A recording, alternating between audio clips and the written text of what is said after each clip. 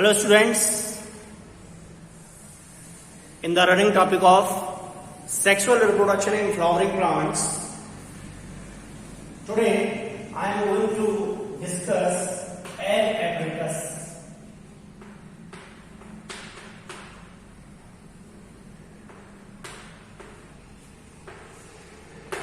In previous video we have already discussed about the pollination, zoophily या zoophily, जिसके अंदर क्या था, एनिमल्स के द्वारा पॉलिनेशन की बात थी।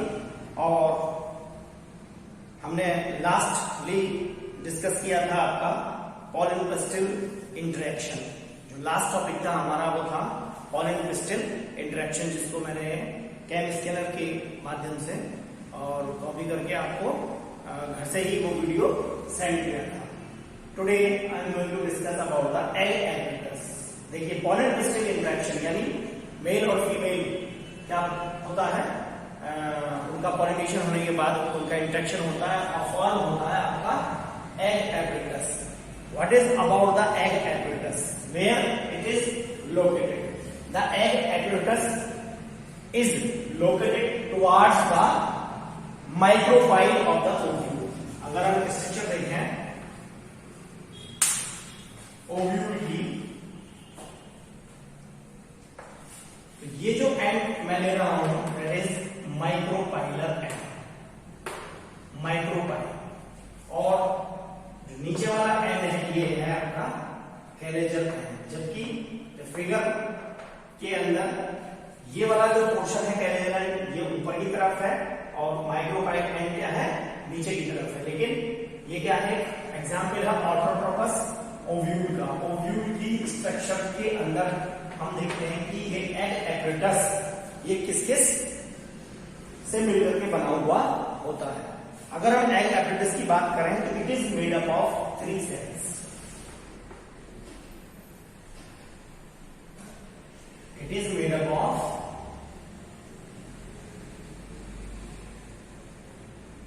3 सेल, 3 सेल का ये बना हुआ होता है। ठीक है, सबसे पहले आती है इसके अंदर द सेंट्रल सेल। क्या है? द सेंट्रल सेल, जिसको हम क्या कहते हैं, दैट्स कॉल्ड एग सेल। अगर मैं यहां बात करूं माइक्रोपाइल की तरफ, तो यहां की तरफ क्या होता है, फिलीफॉर्म एपिटस। ठीक है, इस फिलीफॉर्म एपिटस में ही ये एग सेल होती है। और central cell has a vacuole. Central cell के अंदर क्या होती है, ये क्या होती है, वैक्यूल होती है।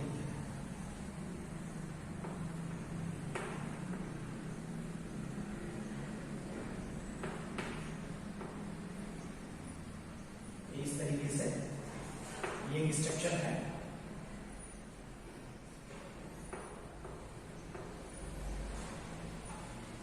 अब यहां क्या होगा, यहां यानी टुवर्ड्स द पेरिफेरी, पेरिफेरी की तरफ, सेंटर की तरफ क्या होगी, एक वैक्यूल हो गई, और पेरिफेरी की तरफ क्या होगा, ये न्यूक्लियस होगा। पेरिफेरी क्या होगी, ये पेरिफेरी वाला पोर्शन है, पेरिफेरी की तरफ न्यूक्लियस है, यहां भी क्या है, इसके अंदर सेल्स है, ये दो इसके साथ जो जुड़े हुए हैं। देखिए, सेंट्रल सेल में सबसे पहले क्या किया हमने, एग सेल, और पेरिफेरी की तरफ क्या है, एक वैक्यूल है, एंड उसके अंदर न्यूक्लियस टुवर्ड द सेंटर। ये न्यूक्लियस है, न्यूक्लियस है किसकी तरफ, सेंटर की तरफ, सेंटर की तरफ न्यूक्लियस है। और इस सेल के अंदर द एडजॉइनिंग 2 सेल्स, ये वाली सेल और ये वाली सेल, इन दोनों सेल्स को मिलाकर के हम क्या कहते हैं, they are called synergids. The adjoining 2 cells are called synergids, and the synergids have nucleus towards the periphery। इसकी तरफ भी क्या होते हैं, न्यूक्लियस होते हैं पेरिफेरी की तरफ, और and the vacuole toward the centre, और जो वैक्यूल होती है वो ये सेंटर की तरफ होती है। ये यहाँ 2 पोलर बॉडीज हैं। ठीक है जी, और क्या होता है इसके अंदर, and the synergids bear, synergids के अंदर क्या होता है, synergids bear this filiform apparatus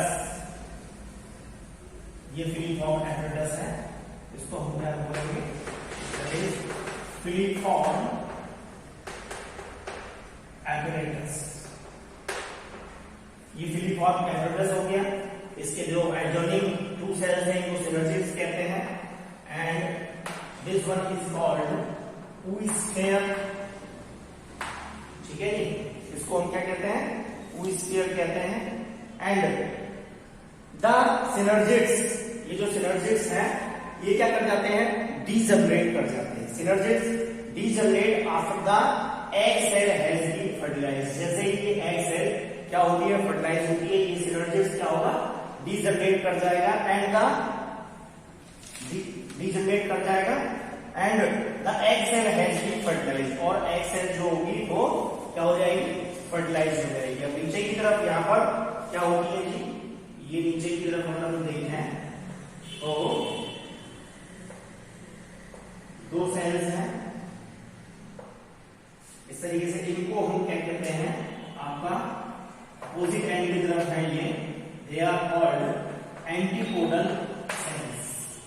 ये हो गया आपका oosphere।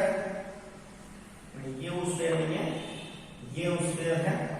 These are called polar nuclei। ये oosphere है। ये उसके साथ में दोनों क्या है? सिनर्जिड्स हैं। और ये क्या हो गया आपका? वैक्यूल। ठीक है, ये आपका आ गया माइक्रोबाइलर एंड, ये आ गया कैलेजर एंड। और इसके अंदर आप क्या क्या बचता है? ये जो है आपका, ये है आपका एम्ब्रियो सैक और membrane. This one is embryo sac membrane. और क्या बचता है जी? ये इस स्ट्रक्चर के अंदर होता है। अब बात आती है कि ये जो फिलीफॉर्म एपरेटस के अंदर फॉर्म होता है ये क्या काम करता है? What is the main role of this filiform apparatus? This filiform apparatus देखिए इसके साथ क्या जुड़ा हुआ है? वैक्यूल है, उसके साथ न्यूक्लियस है जो पेरिफेरी की तरफ है। तो इसको ये कहां से क्या देगा? ये न्यूट्रिशन प्रोवाइड करेगा इसको। और कहां से? जो बाहर क्या रहता है? न्यूसेला बाहर की तरफ होता है, जो इंटेगुमेंट बने हुए होते हैं बाहर की तरफ इस स्ट्रक्चर में। उससे ये क्या लेता है? ये फिलीफॉर्म एपरेटस न्यूट्रिशन लेता है और इसको प्रोवाइड करता है। The absorption and the transportation of nutrients into the embryo sac. जो एम्ब्रियो सैक है, ये एम्ब्रियो सैक को ये क्या देता है? न्यूट्रिशन प्रोवाइड कराता है। And directing the growth of pollen tube. और किसका हेल्प करता है? जो पॉलन ट्यूब की ग्रोथ होती है बाय रिलीजिंग केमिकल्स। वहां से जो भी केमिकल, जिस प्रकार के भी केमिकल सीक्रेट होते हैं पॉलन ट्यूब की ग्रोथ करने के लिए, उनके सीक्रेशंस को ये क्या करता है? यहां तक पहुंचाता है। एंड और ये जो पोर्शन है सिनर्जिड्स, दोनों सेल्स और आपका oosphere, ये मिलकर के ये इसको भी क्या करता है? प्रोटेक्ट करता है। Filiform apparatus protect means it act as a shock absorber. आप क्या कह सकते हैं? ये शॉक एब्जॉर्बर की भांति काम करता है during the penetration of pollen tube. जैसे ही पॉलन ट्यूब इसके अंदर क्या करती है? एंटर करती है। ठीक है, अब बात करते हैं फॉर्मेशन इसकी, पॉलन ट्यूब की फॉर्मेशन की। फॉर्मेशन या कह सकते हैं पॉलन ट्यूब ग्रोथ। ओके,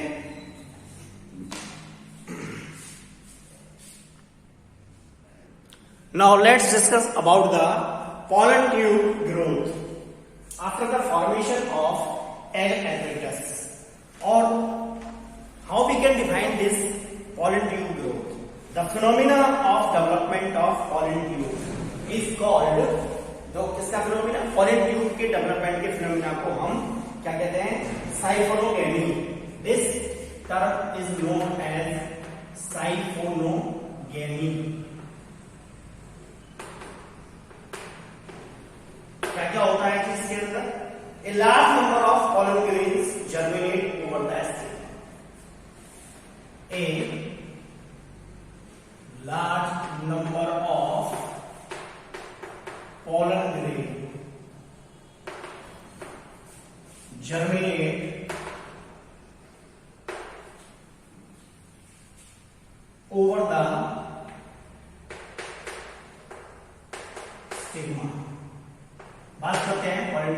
थी, जिसको हम क्या कहते हैं, साइक्रोगेमी, और large number of pollen grains germinate the stigma. The pollen tube makes its way through the solid part of the stigma and style. यानी इसका जो solid part होता है स्टिग्मा और स्टाइल का pollen tube उसी रास्ते से बनती है, and it secretes pectinase and hydrolytic enzymes. क्या सीक्रेट करती है? पैक्टिनेज एंड हाइड्रोलाइटिक एंजाइम को सीक्रेट करती है. And pollen tube travels intracellularly and chemotropically. Means intracellularly means within the cell, क्योंकि अगर देखिए दो सेल ये अगर यहाँ बराबर से हैं तो pollen tube जो आएगी वो इनके अंदर से, यानी इनको क्या करते हैं, बाइफरकेट करते हुए ये pollen tube क्या करती है, एंटर करती है. इसी को हमने कहा इंट्रासेलुलरली. एंड और साथ में टर्म लिया हमने कीमोट्रॉपिकली. क्या सिंथेसाइज करती है? केमिकल्स को सिंथेसाइज करती है. लिखा है पैक्टिनेज और हाइड्रोलाइटिक एंजाइम्स, यानी केमिकल्स को सीक्रेट करती है.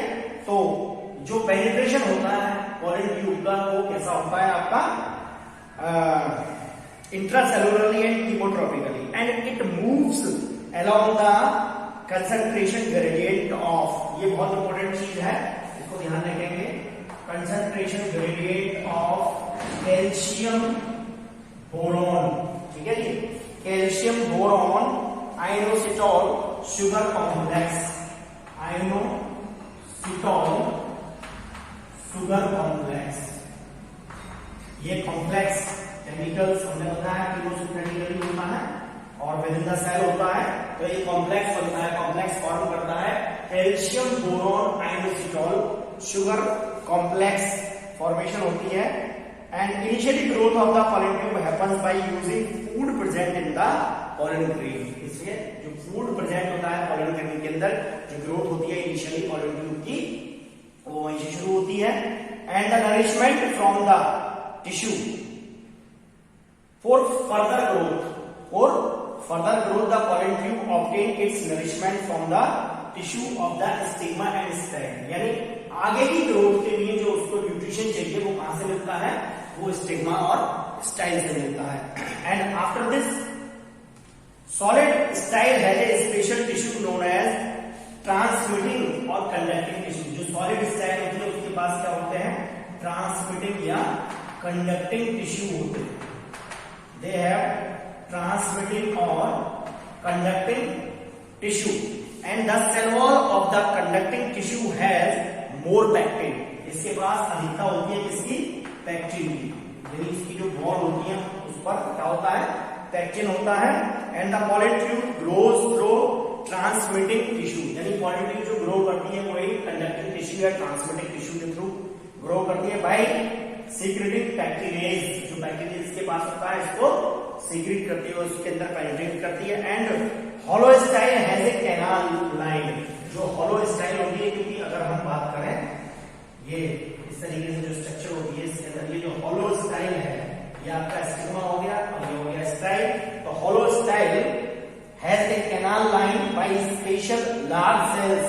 The pollen tube travels along the lining. यानी ये जो लाइनिंग होती है इसकी, इसी के द्वारा ये क्या करती है, पेनिट्रेट करती है along the lining of the canal in hollow style, drawing. और यहां से भी साथ में क्या लेती है, नरिशमेंट, पोषण लेते हुए क्या करती है, पेनिट्रेट करती है फ्रॉम इट्स लिविंग सेल. यानी स्टाइल की जो लिविंग सेल्स होती है वहां से क्या करती है, नरिशमेंट, पोषण लेती है. And the food is absorb by diffusion. अब तो प्रोसेस जिसके द्वारा फूड क्या होता है, एब्सॉर्ब होता है, दैट इज डिफ्यूजन. डिफ्यूजन के द्वारा ये फूड को एब्सॉर्ब करती है, क्या करती है, पेनिट्रेट करती है. एंड नाउ pollen tube में एंटर. देखिए pollen tube किस किस तरीके से एंटर करती है वो मैं एक फिगर आपको दिखा देता हूं. आपने देखा अभी ओव्यूल, मैं फिर दोबारा ओव्यूल की स्ट्रक्चर को ड्रॉ करता हूं. तीन तरीके से पेनिट्रेशन pollen tube का पॉसिबल है. ये राज अगर हम बात करें, आपने देखा ओव्यूल की स्ट्रक्चर इस तरीके से ही होती है. ठीक है,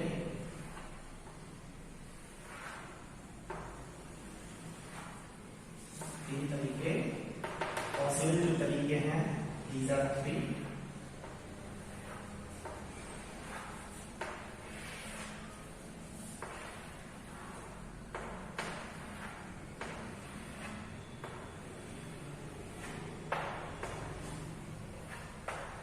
ठीक है, देखिए जो सबसे ऊपर वाला पार्ट है इसको हमने कहा यहाँ पे याद है कैलेजा, एंड ये वाला पार्ट हो गया आपका माइक्रोपाइलर है, माइक्रोपाइल, और ये जो कवरिंग है इसको हमने कहा इंटेग्रोपाइलर. अब अगर पॉलन ट्यूब की जो एंट्री है वो किधर से है, पॉलन ट्यूब में enter the ovule either from the micropyle और फ्रॉम द कैलेजल एंड और फ्रॉम थ्रू इंटेग्यूमेंट. अगर ये माइक्रोपाइल से की तरफ से एंट्री कर रहा है, यानी पॉलन ट्यूब यहां से ये एंट्री ले रही है, ठीक है, ये पॉलन ट्यूब है आपकी, एंटर कर रही है, तो इस फिनोमिना को हम कहते हैं दैट्स नोन एज पोरोगैमी. इस फिनोमिना को हम कहते हैं पोरोगैमी. If it entered through micropylar region, then this phenomena is called porogamy. And if or from कैलेजा, अगर ये कैलेजा से यानी सीधा यहीं से एंटर कर रही है, ठीक है, क्योंकि नहीं तो इसको कहां से आना पड़ेगा, इतना लंबा ये घूम के आना पड़ेगा. अब इसकी एंट्री यहीं से हो जा रही है, तो इसको हम कहते हैं चैलेजोगैमी. ये टर्म है, ये आपने क्या करनी है, याद रखनी है. It's called cheilogymy. But another case, if it enters through the integument, अगर ये इंटेगुमेंट से ही क्या कर रही है, एंटर कर रही है, तो इस फिनोमिना को हम कहते हैं मीजोगैमी. That's called mesogamy. ये रहा आपका pollen tube formation and it's entry. फिर मैं बता देता हूं, अगर ये माइक्रोपाइलर एंड से एंट्री करती है तो इसको पोरोगैमी कहते हैं.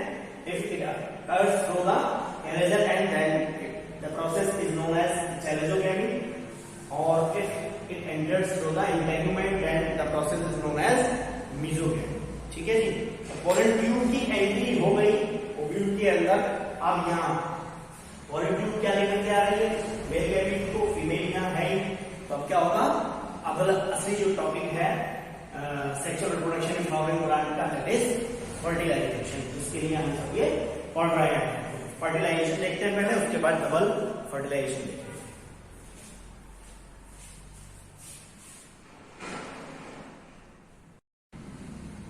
So let's see about the fertilisation. Means the fusion of male and female gamete is called singing or fertilization.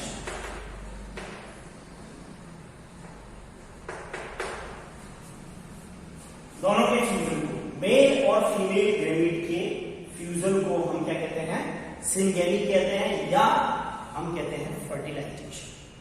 Clear? इसको दो टर्म है, या इसको हम क्या कहेंगे सिंगेमी, और दूसरा टर्म है उसको हम किस नाम से जानेंगे, फर्टिलाइजेशन के नाम से जानते हैं. In angiosperms the male gametes are brought to the egg cell. Male gamete कहां लाया जाता है, फीमेल गैमीट के पास. Male gamete is brought to the female gamete के पास लाया जाता है by a pollen tube fertilization in plants. इसके द्वारा, पॉलन ट्यूब फर्टिलाइजेशन के द्वारा प्लांट्स के अंदर. And fertilization in plants was discovered by Strasburger. Fertilization को सबसे पहले पौधों के अंदर किसने देखा था, स्ट्रॉसबर्गर ने नोट किया था. And it was discovered bye in 1884 by Strasburger. Fertilization discovered by Strasburger in plants in 1884. And the tube nucleus fuses with one of the synergids. अभी हमने डिस्कस किया था पीछे, एक सिनर्जिड के साथ ये क्या करता है, फ्यूज करता है, जिससे कि वो डीजनरेट कर जाता है. And pollen tube releases the 2 male gamete. Pollen tube क्या करती है, पॉलन ट्यूब के पास क्या होते हैं, पॉलन ट्यूब के पास 2 मेल गैमीट होते हैं. ठीक है, वो इन मेल गैमीट को क्या करती है, रिलीज कर देती है किसकी तरफ, toward the egg cell fuses with its nucleus. This event is called syngamy. इसी इवेंट को हम क्या कहते हैं, सिंगैली कहते हैं. मींस वहां होता क्या है कि हैप्लॉइड मेल गैमीट और हैप्लॉइड फीमेल गैमीट फ्यूज करता है और क्या बनाता है, डिप्लॉयड फॉर्मेशन करता है, जिसको हम क्या कहते हैं, जाइगोट कहते हैं. ठीक है. And the second male gamete, अभी एक मेल गैमीट ने ये फ्यूज किया, जो सेकंड मेल गैमीट है moves towards the 2 polar nuclei. जो सेकंड मेल गैमीट है वो सेंटर में 2 पोलर न्यूक्लियाई होते हैं, ये उनके पास मूव कर जाता है. एंड पोलर न्यूक्लियाई आर जो कहां होते हैं, located in the central cell, central cell के अंदर होते हैं. And the second male gamete fuses with them to produce, क्या बनाता है, प्राइमरी एंडोस्पर्म न्यूक्लियस. PEN क्या बनाता है, प्राइमरी एंडोस्पर्म न्यूक्लियस की फॉर्मेशन करता है. प्राइमरी और एंडोस्पर्म न्यूक्लियस की फॉर्मेशन करता है, जिसको हम क्या कहते हैं, वेरी शॉर्ट और पेन. और इसी फॉर्मेशन को, this event is called triple fusion और डबल फर्टिलाइजेशन. डबल फर्टिलाइजेशन और क्या कहते हैं, ट्रिपल फ्यूजन कहते हैं. क्या कहते हैं, ट्रिपल फ्यूजन. क्यों कहते हैं, देखिए बताता हूं. एक मेल गैमीट है, ठीक है, डबल फर्टिलाइजेशन क्या होता है, as the 2 types of fusion takes place. यहां पर 2 प्रकार से क्या हो रहा है, फ्यूजन हो रहा है. In an embryo cell this phenomena is termed double fertilisation. क्या होता है जी, यहां पर एन और प्लस 2n, क्योंकि 2 पोलर न्यूक्लियाई हैं और एक मेल गैमीट हो गया, तो ये क्या बनाते हैं, 3n बनाता है. ये क्या होता है, इसी को हम क्या कहते हैं, एंडोस्पर्म कहते हैं. इसके अंदर इसी को हम क्या कहते हैं, endosperm. And this process is known as double fertilization और ट्रिपल फ्यूजन. इसको डबल फर्टिलाइजेशन या ट्रिपल फ्यूजन के नाम से जानते हैं. And it takes place only in angiosperm. ये भी बात ध्यान रखनी है, ये केवल कहां होता है, केवल एंजियोस्पर्म के अंदर ही पॉसिबल है. यानी हाईली डेवलप्ड प्लांट एंजियोस्पर्म के अंदर ही होता है. बट द मेजर इवेंट्स, ठीक है जी, it takes place only in the angiosperms. Now ये क्या हो गया, फर्टिलाइजेशन. इसके बाद अब देखते हैं पोस्ट फर्टिलाइजेशन चेंजेस, कि इसके बाद यानी फर्टिलाइजेशन होने के बाद क्या क्या चेंजेस इसके अंदर होते हैं, post fertilization changes.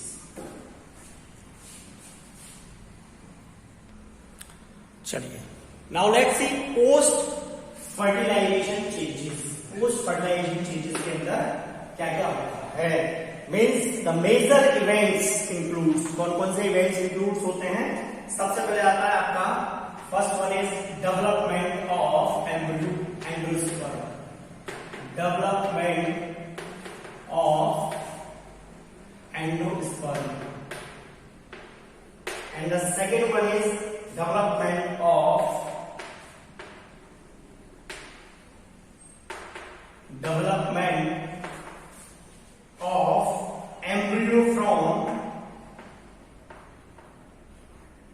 embryo from diploid zygote. And the next event is development of seed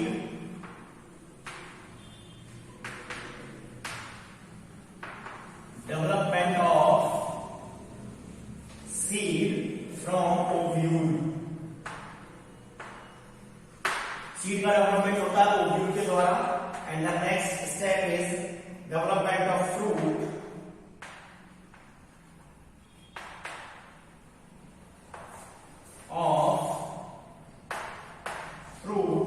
from ovary.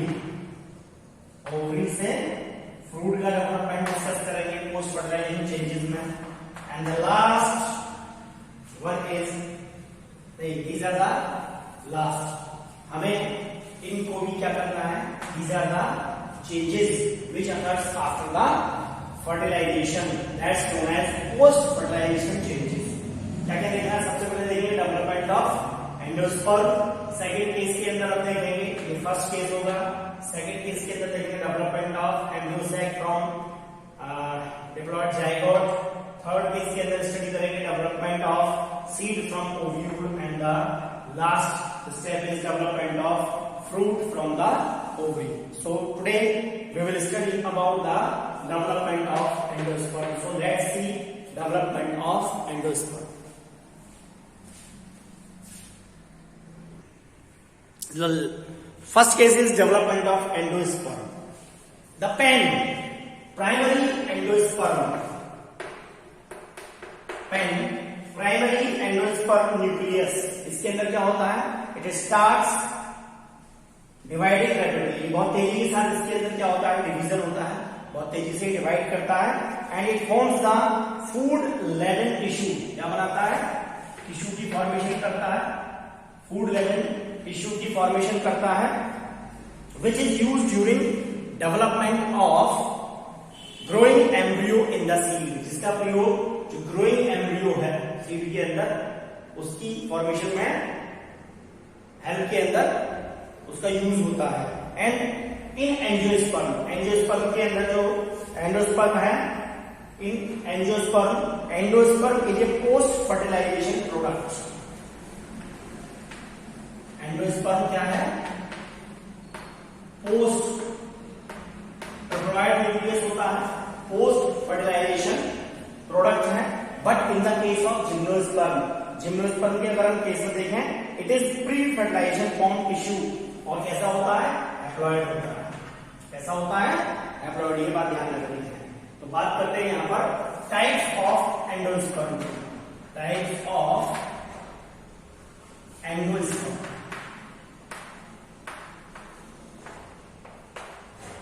There are the three types of endosperm. The first one is nuclear and the second one is cellular and the third type of endosperm is halobial। ठीक है जी, this is the most common type of endosperm, nuclear। ये क्या है, that is the most common type of endosperm। इसके बारे में study करते हैं। सबसे पहले इनके टाइप्स को देखते हैं। पहला है न्यूक्लियर, दूसरा है सेलुलर और तीसरा है आपका helobial. Okay,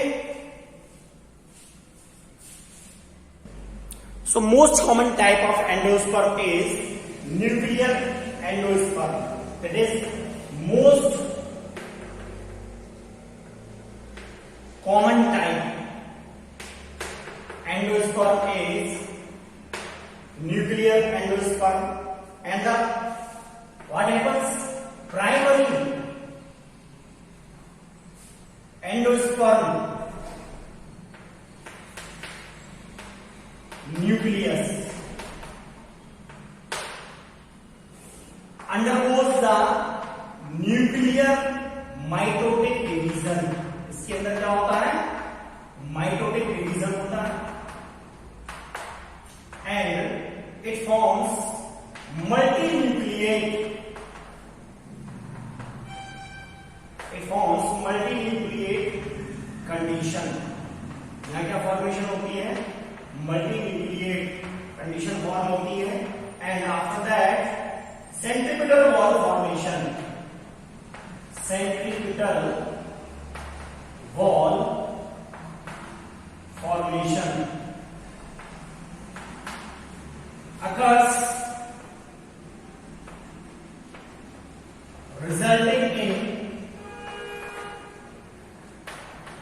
the formation of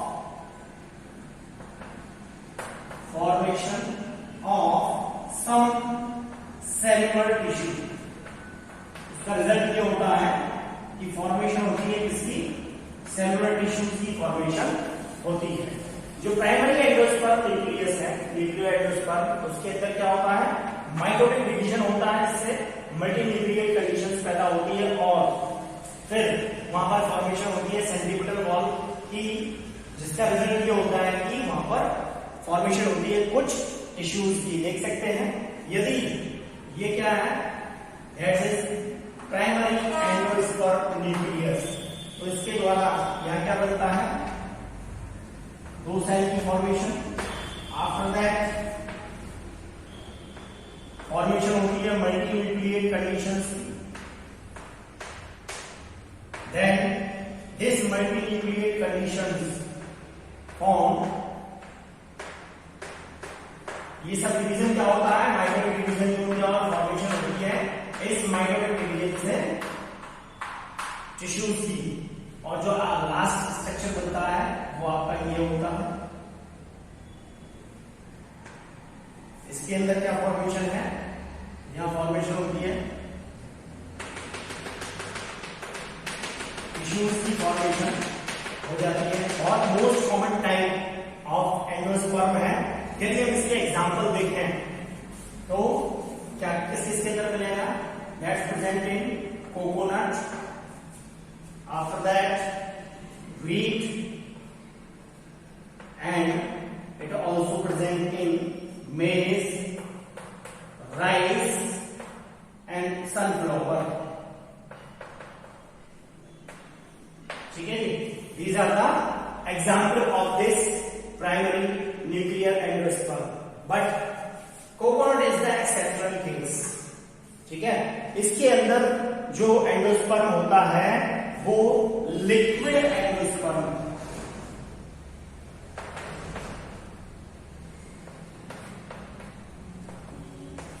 इसके अंदर जो एंडोस्पर्म होता है वो लिक्विड एंडोस्पर्म होता है। ठीक है जी, कोकोनट एक्सेप्शनल केस है, इसको याद रखेंगे। बाकी गेहूं के अंदर, मक्का के अंदर, चावल और सूर्यमुखी सनफ्लावर के अंदर इस प्रकार के एंडोस्पर्म को हम क्या कर सकते हैं, नोट कर सकते हैं, देख सकते हैं। ओके स्टूडेंट, नेक्स्ट वीडियो के अंदर हम यही टाइप्स ऑफ एंडोस्पर्म को ही आगे कंटिन्यू करेंगे और पोस्ट फर्टिलाइजेशन चेंजेस को कंटिन्यू करेंगे। दो अभी टाइप्स ऑफ एंडोस्पर्म हमारे रह चुके हैं। पहला और जो most common type of endosperm है दैट इज न्यूक्लियर एंडोस्पर्म, ये हमने आज की क्लास में स्टडी किया। ठीक है, आप अच्छे से इनको नोट करें, जहां कहीं आपको प्रॉब्लम आती है you can ask me. Okay students, have a nice day, thank you very much, stay safe, stay at home.